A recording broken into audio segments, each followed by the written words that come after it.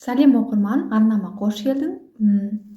Бұл зат барлығына таныс, бұл заттың көмегі уақытша. Ендеше бүгінгі видеоның тақырыбы да осы жайлы, яғни қолтықтан иіс шығу, терлеу, соны қарапайым әдістермен үйде емдейтін боламыз. Видеоның соңына дейін тыңдаңыздар. Көп адам гипергидроздың, яғни тершеңдік қолтық және табанда болуынан зардап шегіп жатады.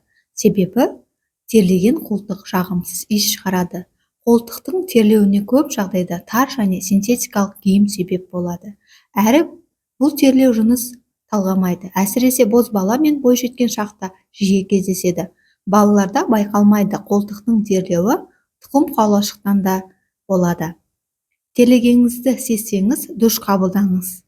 Косметикалық дүкендерде сатылатын қолтыққа арналған дезодорантты 12 сағатта бір сеуіп отыруды ұмытпаңыз. Ендеше қарапайым заттардан үй жағдайында бұл неден құтыламыз? Бізге ең алдымен сода, бір шай қасық тұз және 200 мг су. Осыны күнделікті қолтықты жуып, осымен сүртіп аламыз.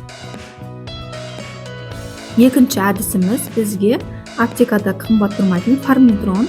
Оны да дәл осылай қолтыққа жағамыз. Қолтықты ең алдымен жуып тазалап болған соң қолтығымызға сүртіп қоямыз. Үшінші әдіс перекис водород. Оны да мақтамен сүртіп тазалап аламыз. Құрметті оқырмандар, бұл сразу көмектеспейді. Ендеше күресті біраз уақыт талап етеді. Сол үшін жақсы нәтиже беру үшін күнделікті жағып тұрыңыздар. Істеме болған сәуле, назарларыңызға рахмет. Қош сау болыңыздар.